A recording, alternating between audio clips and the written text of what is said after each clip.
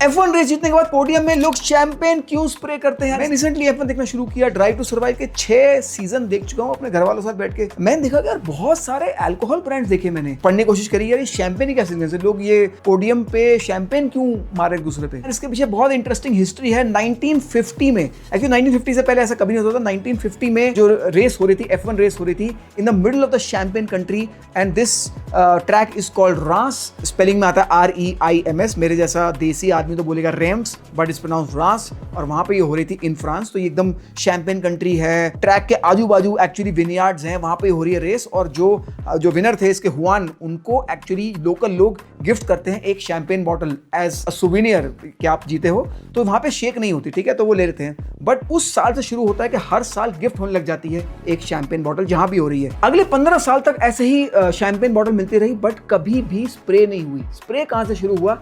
Actually 1966 में France में एक 24 आवर रेस होती है, it's called Le Mans, which is written as Le Mans but pronounced as Le Mans। And उसमें जो शैंपेन बॉटल मिली वो पड़ी हुई थी, लेकिन वो धूप में एक्चुअली अपने आप पॉप हो गई और जो वहां पे लोग बैठे हुए थे पोडियम के आसपास उन पर स्प्रे हो गई। This was an accidental popup of a champagne bottle. It was never meant to be, and how everybody accepted it was very interesting. And just next year in 1967, Dan Gurney, American racer who actually won this French race Le Mans, उन्होंने क्या किया, intentionally 1966 में जो incident हुआ था, जो accidental popup हुआ था, उसको एक्चुअली रेप्लिकेट करने के 1967 में इंटेंशनली पॉप करके लोगों पे स्प्रे करी। Lot of people were sprayed, including madam Ford, the wife of Henry Ford to.